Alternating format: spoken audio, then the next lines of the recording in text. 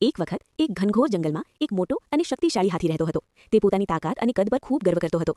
જંગલના બધા પ્રાણીઓ તેને માન આપતા, પણ હાથી ઘણીવાર પોતાની શક્તિ બતાવવા માટે બીજા નાના પ્રાણીઓનો મજાક ઉડાવતો હતો. એક દિવસ હાથીને રસ્તામાં એક નાની કીડી દેખાઈ. હાથીએ તેને જોઈને હસતા કહ્યું, "તો કેટલી નાની છે, તારી પાસે તો કોઈ તાકાત જ નથી, મારી સામે તું કંઈ જ નથી." કીડીને આ વાત સાંભળી દુઃખ થયું, પરંતુ તેણે શાંતિથી જવાબ આપ્યો, "મોટા હોવું સારું છે, પણ કોઈને નાનું સમજીને અવગણવું યોગ્ય નથી." હાથીએ કીડીની વાત પર ધ્યાન ના આપ્યું અને ત્યાંથી ચાલ્યો ગયો. થોડા દિવસો પછી હાથી આરામથી એક વૃક્ષ નીચે ઊભો હતો. એ સમયે કીડી ધીમે ધીમે હાથીના શરીર પર ચડી અને સીધી તેના કાનમાં ઘૂસી ગઈ. કાનમાં જતાં જ હાથીને ખૂબ જ દુખાવો અને ચિંતા થવા લાગી. તે જોરથી ચીસો પાડવા લાગ્યો અને અશાંત થઈ ગયો. હાથીએ પોતાનું માથું હલાવ્યું, દોડ્યો અને પાણીમાં ગયો, પરંતુ કીડી બહાર આવી નહોતી.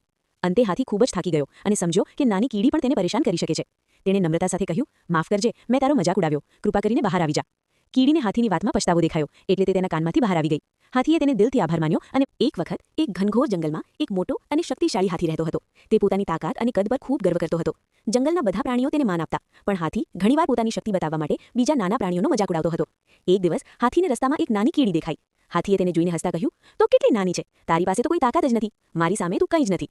કીડીને આ વાત સાંભળી દુઃખ થયું, પરંતુ તેણે શાંતિથી જવાબ આપ્યો, "મોટા હોવું સારું છે, પણ કોઈને નાનું સમજીને અવગણવું યોગ્ય નથી."